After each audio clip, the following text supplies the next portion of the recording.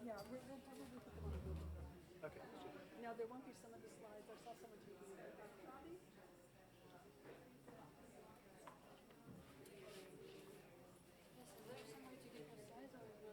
Are you in touch with Pam? She can table give them. I can follow me outside. I use my car.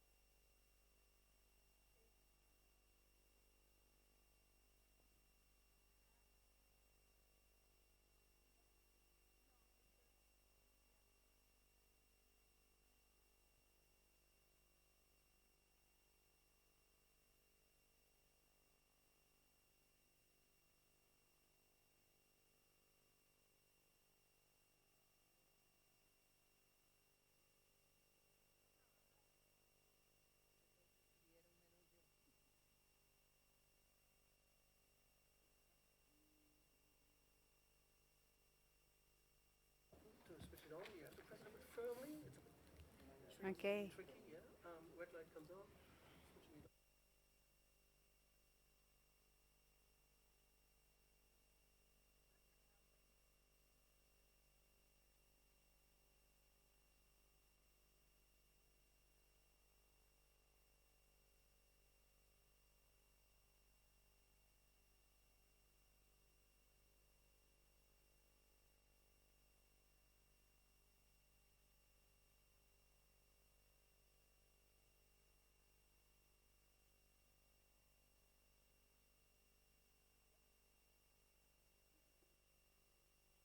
Se prende.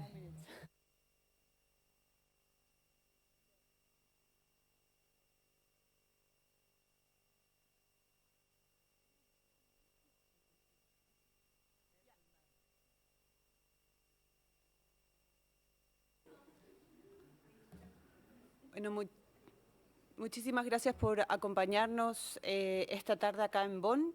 Mi nombre es Carla Mas, yo tengo el placer de acompañar a la red de Climate Action Network América Latina como asesora de políticas y campañas, y tendremos hoy el gusto de escuchar a expertos de la red sobre el estado de las negociaciones acá en la Convención Marco de Naciones Unidas sobre Cambio Climático, en un contexto que sabemos es un contexto de convergencia de crisis, donde no solamente nos recuerda nuestra interconexión con la naturaleza o el mundo natural, sino que también que decisiones que ocurren en otras partes del mundo afectan nuestros territorios.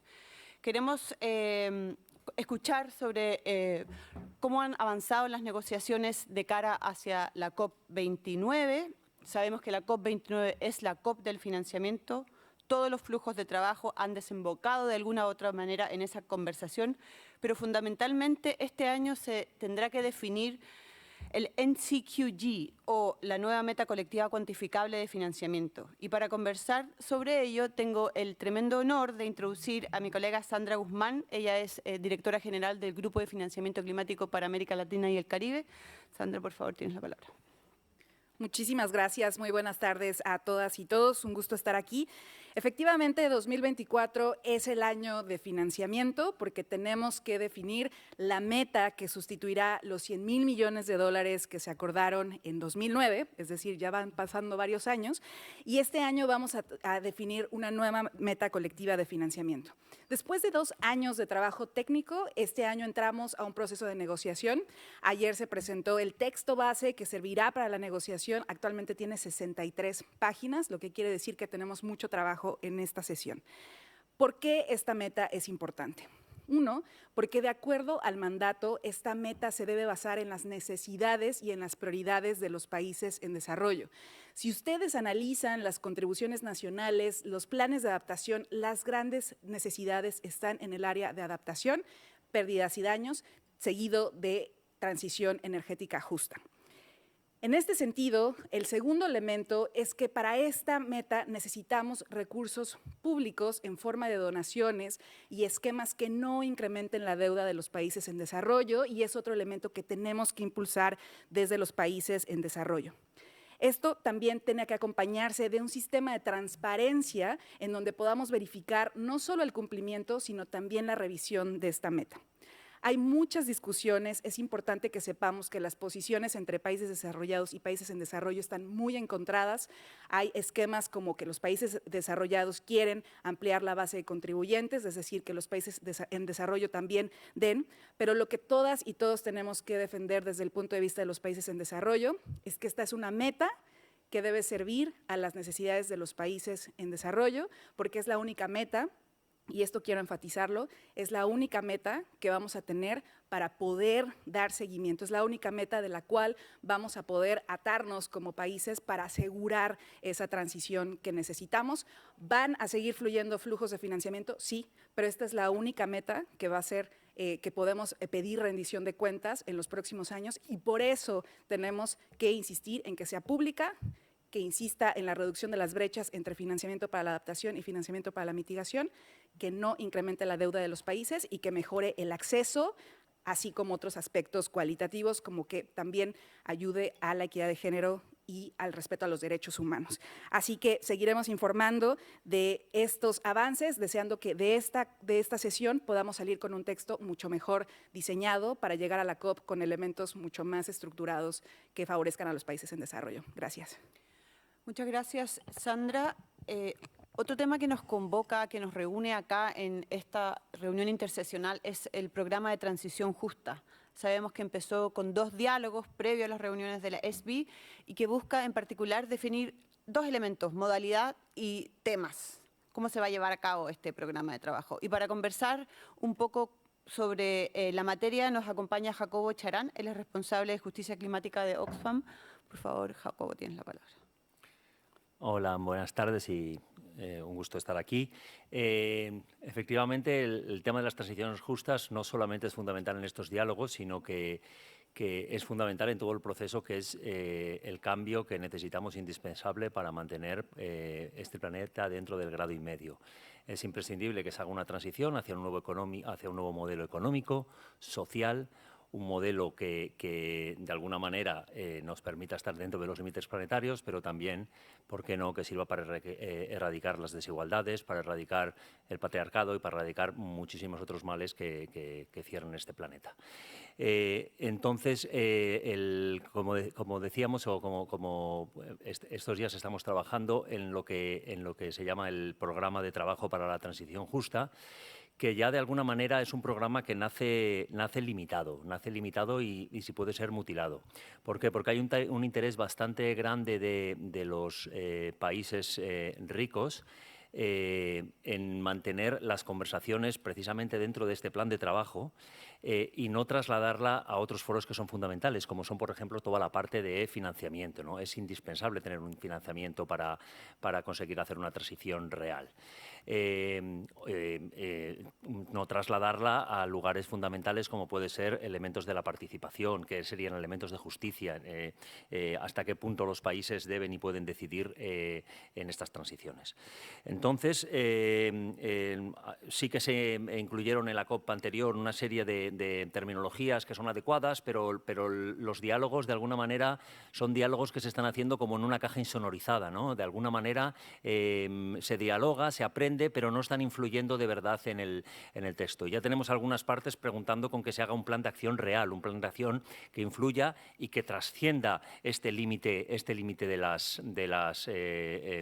propio plan de trabajo y, como decía, empiece a influir de manera radical en lugares fundamentales como son la financiación. Y esta transición justa es indispensable porque a pesar de que algunos países ricos la defienden como como un elemento que es doméstico, que es una cuestión de alguna manera para nuestro mercado laboral, no hay nada más lejos de eso. Cualquier transición que se haga en un país rico afecta a un país empobrecido. Para la región latinoamericana es fundamental, por ejemplo, todas las cuestiones que van enlazados a los minerales críticos, ¿no? La importancia de los minerales que se necesitan para hacer un cambio hacia las energías renovables en países del norte requieren minerales que se producen en el sur y que de alguna manera, si no se hacen con un modelo adecuado, van a reproducir pues, el modelo que ya conocemos de extractivismo, de combustibles fósiles, que lo que hace es empobrecer a los países que tienen el bien y empobrecer a las poblaciones que son propietarias de ellas. Por lo cual es fundamental que estas transiciones justas, en primer lugar, el programa salga, como digo, de este cuarto insonorizado y trascienda a todos los ámbitos de las discusiones de la implementación del Acuerdo de París. Efectivamente, ya lo está haciendo y lo tiene que hacer mucho más para lo que es la definición de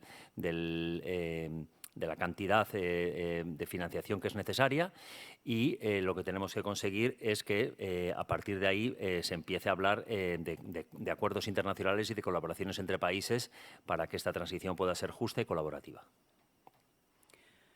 Muchas gracias, Jacobo. Y pasando rápidamente a otro tema,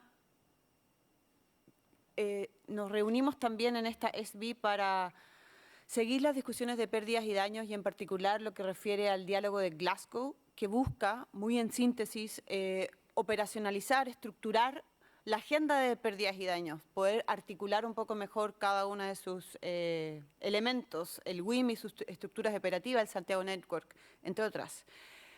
Hoy tuvimos la primera sesión de negociaciones que ocurrió hace unas horas atrás y entendemos que mañana cierra el diálogo de Glasgow. Y para conocer dónde estamos y qué es lo que esperamos, invito a Adriana Vázquez, ella es directora operativa de la Ruta del Clima de Costa Rica. Gracias. Es importante tener presente que nuestra región latinoamericana enfrenta día a día los daños y pérdidas, y es algo que no se está deteniendo. Sin embargo, en estas conferencias seguimos conversando sobre cómo gestionar mejor los fondos, sobre cómo operacionalizar, pero este proceso de mejora en la coherencia y coordinación de la arquitectura está trazando la ejecución de estos recursos y que los mismos lleguen a nuestras comunidades. Nuestros países todos los días enfrentan el incremento del nivel del mar, el incremento en las temperaturas, la pérdida de la cultura, la movilidad humana y la pérdida de la posibilidad de desarrollarnos al igual que los otros países.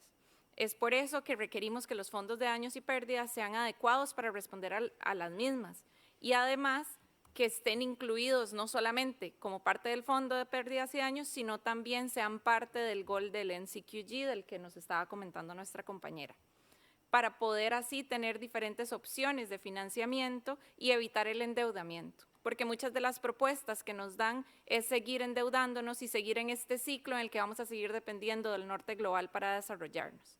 Se necesita además que nuestros países reciban soporte técnico, porque para poder saber cuántos recursos necesitamos, también necesitamos empezar a medir de una manera mucho más integral los daños y pérdidas y los impactos climáticos que estamos viviendo. El tema de daños y pérdidas tiene que tener siempre un enfoque de derechos humanos, porque al final de lo que estamos hablando es que nuestros derechos se están viendo vulnerados todos los días, por lo que desde Latinoamérica tenemos el rol de exigir justicia y necesitamos un fondo de daños y pérdidas y toda su estructura operativa tenga este enfoque de manera transversal. Muchas gracias, Adriana. Queríamos avanzar esta conversación para traer la conversación a una escala de alguna manera doméstica, y es precisamente lo que los países tienen que hacer este año respecto de la actualización de las contribuciones nacionalmente determinadas y asegurar que ese proceso sea dirigido o que sostenga las recomendaciones del GST o del balance global que salieron el año pasado en la COP28 en Dubái. Para conversar sobre cuáles son esas brechas y cuáles son las necesidades de los países, invito a Mariana Gutiérrez, ella es gerente de política climática en la Iniciativa Climática de México, a tomar la palabra. Gracias, Carla. Buen día a todos, todas y todes. Es un gusto estar aquí. Justamente se está llevando a cabo una serie de diálogos para dar seguimiento a la forma en la que los países integran los resultados del balance global en la formulación de sus compromisos nacionalmente determinados que deberán de presentar a más tardar en marzo de 2025. Y un aspecto que ha resaltado entre las organizaciones de sociedad civil que damos seguimiento a la acción climática en la región de América Latina y el Caribe es que hay ciertas condiciones que los gobiernos latinoamericanos necesitan garantizar para asegurar que existe un incremento de ambición, progreso y compromiso y cumplimiento de los compromisos climáticos.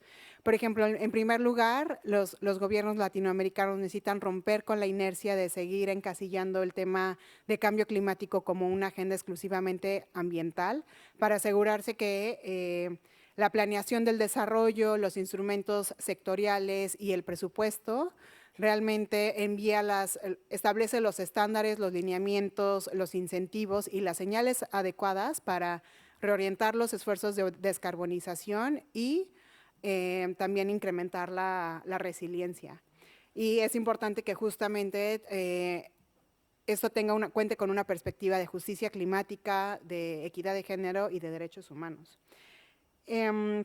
Para garantizar que también las decisiones se toman de manera efectiva y que existe una mejora continua en la forma en la que tomamos decisiones, se requiere también robustecer los mecanismos, las instancias, los profesionales que facilitan la evaluación del progreso y la rendición de cuentas de los compromisos climáticos. Es una realidad que hay muy poca claridad respecto al progreso de la implementación de los compromisos nacionalmente determinados y es por esto que es tan importante asegurar la disponibilidad, la calidad y la pertinencia de la información que se comparte respecto a las decisiones sectoriales que tienen un impacto en la agenda de cambio climático.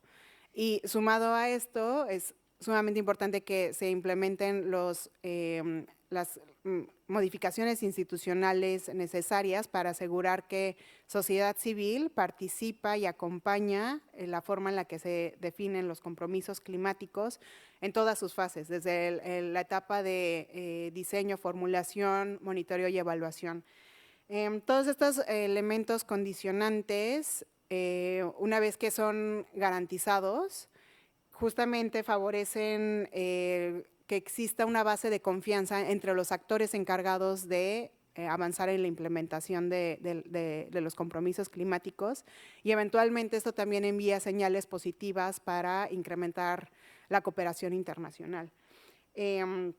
Y bueno, cerraría diciendo que este año justo está enmarcado en una dinámica de procesos electorales a nivel global. Justo en la región enfrentamos distintos países las elecciones y esto representa una oportunidad para que los nuevos gobiernos redirijan la visión que tienen de la planeación de desarrollo y realmente incorporen compromisos y presenten compromisos climáticos que tienen una perspectiva de justicia en esta década crítica para la acción climática.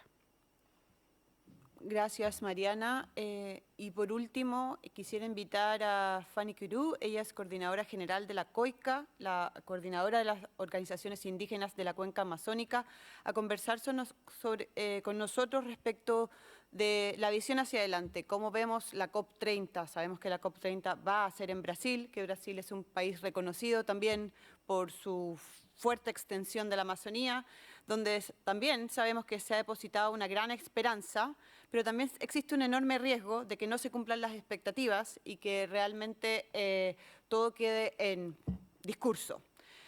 Quería entonces preguntarle a Fanny, ¿cuál es la reclamación, cuáles son las expectativas de los pueblos amazónicos de cara a la COP30? ¿Y cómo Lula puede mostrar un real compromiso con los pueblos hacia ese proceso? Bueno, muy buenas tardes. Bueno, muy buenas tardes. Un saludo para todos. Gracias, Carla. Y gracias, Cuenca Sagradas, que estamos acá. Y con todo este ramillete tan interesante de conocimiento. Bueno, son muchos los retos que hay en la Amazonía, realmente siendo uno de los ecosistemas más vitales para el mundo, para regular el clima del planeta. Tenemos muchos compromisos. Yo creo que es momento de pensar no solamente como gobiernos, como estados, sino también la sociedad civil conjuntamente. Tenemos que, por un lado, hacerle seguimiento a los compromisos adquiridos en la Declaración de Belén do Pará. Creo que tiene unos elementos muy importantes. Por ejemplo, que los gobiernos deberían unirse, los 8 países de la cuenca amazónica deberían unirse para combatir la deforestación, aunque Brasil ha avanzado con el presidente Lula, no es suficiente. Además, coordinar con los gobiernos de los 8 países para combatir la ilegalidad, las actividades ilegales que se realizan en toda la cuenca amazónica, que son responsables prácticamente de la degradación y de la destrucción de la Amazonía. Además, tenemos fenómenos como las sequías, que fue gravísimo el año pasado para nosotros los amazónicos. O sea, son muchos los retos, desafíos que tenemos en la Amazonía y es importante que todos nos juntemos alrededor de cómo salvar la Amazonía como uno de los ecosistemas más vitales. Como pueblos indígenas tenemos la iniciativa Amazonía para la Vida, protejamos el 80% de la Amazonía de aquí al 2025. Invitamos a todos, ¿no?, a todas las sociedades, a todos los países que nos sumemos alrededor de esta iniciativa para la vida. Tal vez suene utópico proteger el 80% de la Amazonía de aquí al 2025, que ya es el próximo año, pero no es imposible. Creo que se ha cumplido y hemos avanzado en este proceso. Y como prioridad dentro de estos compromisos, creo que es importante cumplir con una de las prioridades para los pueblos indígenas, que es la seguridad jurídica de los territorios indígenas. Es decir, titular alrededor de 100 millones de hectáreas a los pueblos indígenas, porque se ha demostrado, los estudios han demostrado que los únicos territorios bien conservados en la Amazonía son los territorios indígenas. De manera que debería ser uno de los compromisos de los gobiernos de la cuenca amazónica para cumplir con esta meta del 80 por 25. Y además, compromiso de todos los gobiernos, cumplir con la implementación de la Declaración de Belén do Pará. Es muy importante para mí el contenido de esta declaración y todos deberíamos conocerla para poder exigirle también a los gobiernos que cumplan esto y que algunos países lo conviertan en legislación nacional para que tenga vinculación jurídica, o sea, que se vuelva jurídicamente vinculante y se pueda volver obligatoria su cumplimiento. Muchísimas gracias, Fanny. Quedan 6 minutos para el término de esta conferencia de prensa. Quisiera extender la palabra aquí a los presentes si es que hubiera alguna pregunta específica o general para el panel. No duden en alzar la mano, por favor. ¿Qué tal? Mucho gusto. Víctor Janina de Cáritas Latinoamérica. Pregunta para Fanny. De Brasil para la preparación de la COP30 y si hay algún mecanismo o algún canal de comunicación con el que la sociedad civil podamos sumarnos a eso, en apoyo a las posiciones de los pueblos indígenas. Gracias. Perdón, ¿alguna otra pregunta? No hay más, dale. Ya. Bueno, mecanismo así directo en este momento, hay varios movimientos en la Amazonía y varios sectores y organizaciones que se están agrupando precisamente para trabajar en unos acuerdos conjuntos para llevar, digamos, a la COP30 algo que se pueda demostrar cómo hemos avanzado como Amazonía desde la sociedad civil. Ahora, con los gobiernos en cada uno de los países se están preparando, yo creo que debe ser articulado también lo de la COP 16 de biodiversidad que se va a llevar a cabo en Cali, Colombia, y todas las actividades preparatorias también deben estar encaminadas hacia la COP30, porque también no debemos mirar siempre fragmentado la Amazonía. El problema es que fragmentan por un lado los bosques, por otro lado los territorios, por otro lado los recursos hídricos. Aquí debemos ver una conservación integral de la Amazonía, que también es proteger y apoyar un buen vivir para la población que habita la Amazonía y especialmente los 511 pueblos indígenas de la cuenca amazónica, que son los verdaderos cuidadores de la Amazonía. Como decía una amiga indígena, que yo no soy aquí guardiana, yo soy la dueña del territorio y mi responsabilidad es cuidar esto para la humanidad y para la vida en el planeta. Entonces tenemos compromisos de todos los sectores y vamos agrupándonos para llevar propuestas concretas, también ya realizadas, ¿no? Llevar las buenas prácticas a esta COP30 en Belén do Pará. Muchas gracias, Fanny. Todavía nos quedan 3 minutos. ¿Hay alguna pregunta en la sala? Adelante.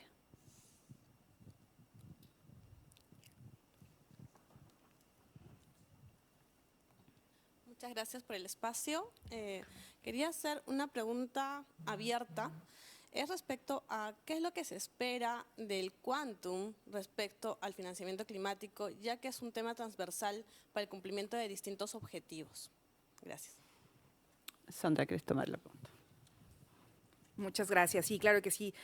Primero es importante decir que de acuerdo al mandato de la meta debe partir de los 100.000 millones como el piso, es decir, no puede ser menos que esto.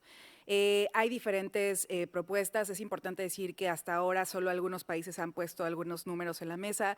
India propuso 1.3 trillones anuales y algunos otros países han estado discutiendo esto. Si nosotros analizamos las necesidades, el Comité Permanente de Financiamiento está en trabajo del segundo reporte de necesidades, que más o menos estima que se requerirían 5.8 trillones, digamos, en el periodo 2020-2030, es decir, más o menos, dependiendo de la asignación, unos 589.000 millones anuales. Ahora, hay diferentes visiones, no solo es el número, sino también la composición, es decir, son estos recursos solamente públicos, los países desarrollados quieren que sean diferentes fuentes, públicas, privadas, y los países en desarrollo quieren que sea primariamente públicos. Entonces, esta discusión se va a continuar, todavía no es, digamos, hay elementos ya en el texto que les contaba de los 63 páginas, pero definitivamente lo que sí tenemos que basar es que sea una meta, digamos, en términos del quantum, que no sea, digamos, el piso de los 100 millones, obviamente tiene que ser mayor y que tiene que tomar en cuenta las necesidades de los países en desarrollo. Sabemos que posiblemente no va a cubrir todas las necesidades, pero sí tiene que al menos cubrir las que son inmediatas, adaptación y otras. Entonces, es un tema que muy probablemente no se va a resolver aquí, pero sí es importante también ponerlo en el contexto de otros espacios políticos como G20, G7, que tienen gran responsabilidad de al final del día definir esto políticamente. Adelante. Y totalmente de acuerdo con que la cantidad es importante, pero también la calidad del dinero es fundamental. Y cuando estamos hablando, muchísimas veces está tirando la pelota fuera por parte de los países miembros, diciendo, bueno, tiene que venir con financiación público-privada, ¿no? Para no tomar compromisos. Importantísimo que de la financiación de la que hablamos sea de financiación pública, que sea financiación que va en forma de donación y no en forma de crédito, que de alguna manera es la que viene a resolver las necesidades. 1 minuto, Mariana, y 1, Fanny. Gracias, sí. En los diálogos de Emiratos Árabes Unidos, que es el espacio en donde justamente se va a dar seguimiento a la implementación del balance global de manera anual, pues hay una serie de tensiones entre en la postura de los países respecto a la relevancia que va a tener el tema de financiamiento climático o no, ¿no?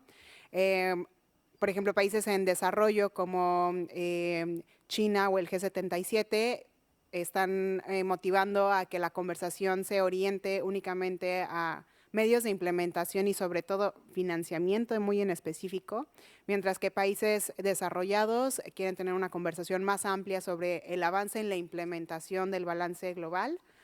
Y hay algunos países que tienen una postura más moderada, en donde quieren hacer una revisión general de cómo han avanzado los resultados del balance global, con un espacio puntual para conversar alrededor de financiamiento, pero bueno, esto es parte de las consultas informales y en las próximas semanas tendremos más avances al respecto. Un minuto, porque Ya. llamó la gente. Bueno, muy bien. Con referente al financiamiento, los pueblos indígenas hoy estamos planteando un financiamiento directo a las organizaciones indígenas y a los aliados de las organizaciones indígenas para que se hagan actividades efectivas de adaptación y mitigación en territorios que eso no están siendo financiados. Estudios también han demostrado que de los recursos o de los dineros que se destinan a todas las actividades de cambio climático no está llegando siquiera el 1% a los territorios indígenas, que son los que están trabajando, especialmente las mujeres. Muchísimas gracias. Muchas gracias. De todas maneras van a estar los panelistas afuera por si quieren hacerle más preguntas. Gracias. Ya me volaron.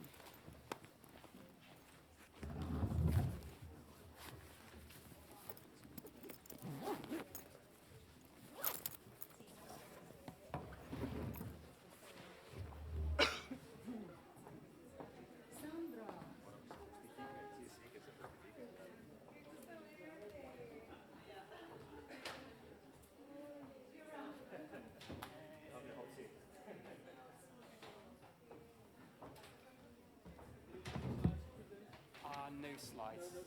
Thank you very much.